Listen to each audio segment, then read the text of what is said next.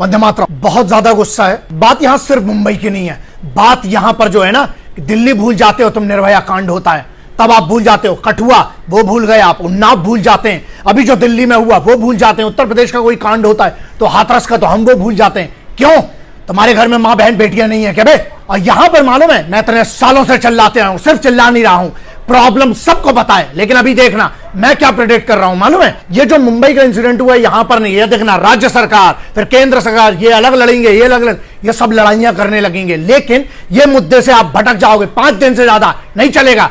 रही बात हमारी, हम सोल्यूशन की बात कर रहे हैं इतने साल से, और ये सिर्फ मुंह चलाते हुए लाखों बच्चियों को सिखा के बैठे हैं, और दूसरा गांव जाके साला काम करते हैं। महिला सशक्तिकरण मुंह चलाने से नहीं होगा, पेपर पे नहीं होगा, उसके लिए गांव जाकर जमीनी स्तर पे काम करना पड़ेगा, और कर रहे हैं। लोग हमसे कहते हैं ना गुस्सा क्यों करते हैं, इसलिए करते हैं बे, जिसको इतना मानते हैं ना, इस देश में देवियों की पूजा होती है, हम भारत मां को मां कहते हैं साला। और यहां पर जब इंसिडेंट होता है तो अभी राजनीति होगी, अभी डिबेट पे देखना 4-5 पार्टी के आ जाएंगे, बीजेपी के अलग आ जाएंगे, कांग्रेस के अलग जाएंगे, एनसीपी के आ जाएंगे, आम आदमी के आ जाएंगे, ये सब मालूम क्या होगा, 5 दिन 6 दिन 8 दिन खत्म, और भूल जाना, तुमको कोई फर्क नहीं पड़ता है। बच्चियों का बलात्कार हो रहा है ना, इसमें राजनीति होती रहेगी। मैंने राष्ट्रपति से लेके प्रधानमंत्री से लेके मुख्यमंत्री सबको पत्र लिखे, राष्ट्रपति साहब को उस पर जवाब भी आया था, लेकिन ये लॉकडाउन लग गया, उसके बाद अभी मैं फिर फॉलो अप करूंगा, और सिर्फ सिंपल सा सॉल्यूशन है, डर से ही डिसिप्लिन आएगा। इस बच्ची के साथ जो हुआ, रॉड के साथ जो हुआ, या जो निर्भया बच्ची के साथ हुआ था, हाँ उसके बाद क्या होता है, 2-4 स्कीम बनती है, पेपर में ब्रांडिंग हो जाती है,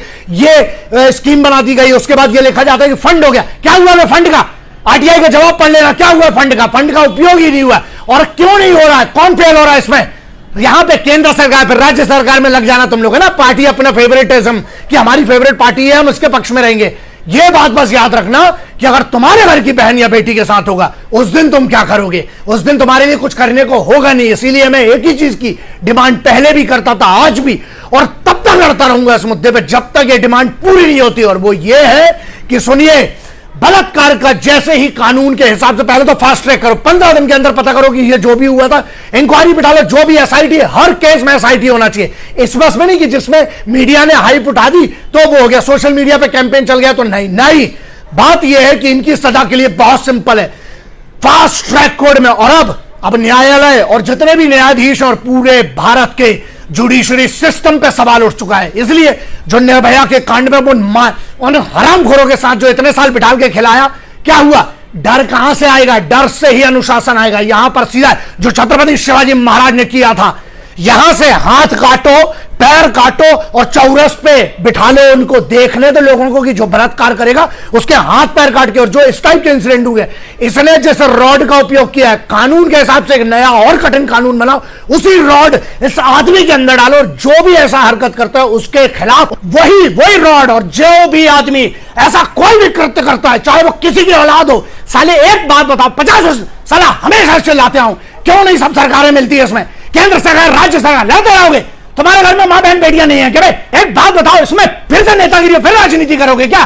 एक बार क्यों नहीं मिलते हो साला सब इकट्ठे? एक कानून ऐसा क्यों नहीं बनता है कि जो बलात्कार करे कानून में साबित अगर होता है, कोर्ट के हिसाब से पूरे एविडेंस उसके खिलाफ है, सीधा उसका लिंग काटो साले का, और रॉड ऐसे अंदर डाल दो साले की, वो भी पब्लिक करो।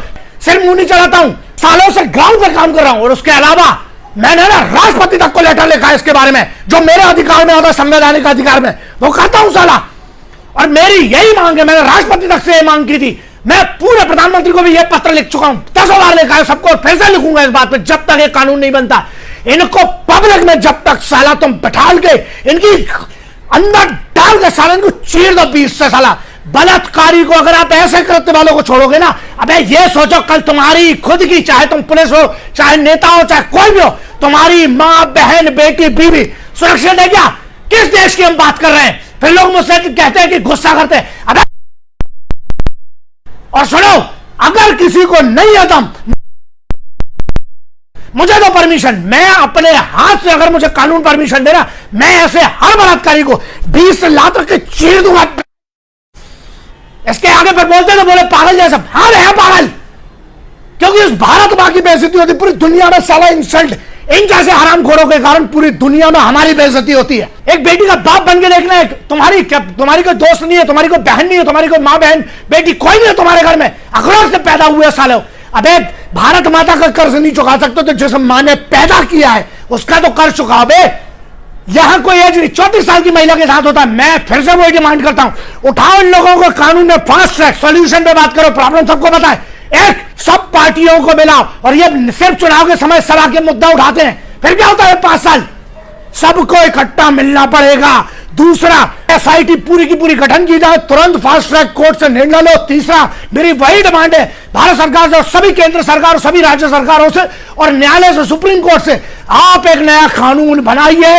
इन सबको जो भी इस टाइप के बलात्कार के केस में साबित होता है उनको सुल्ला डालो, सालों को पैर से चीर दो। और अगर किसी को नहीं करना, मुझे कानून के हिसाब से परमिशन दे रहा, मैं करूंगा।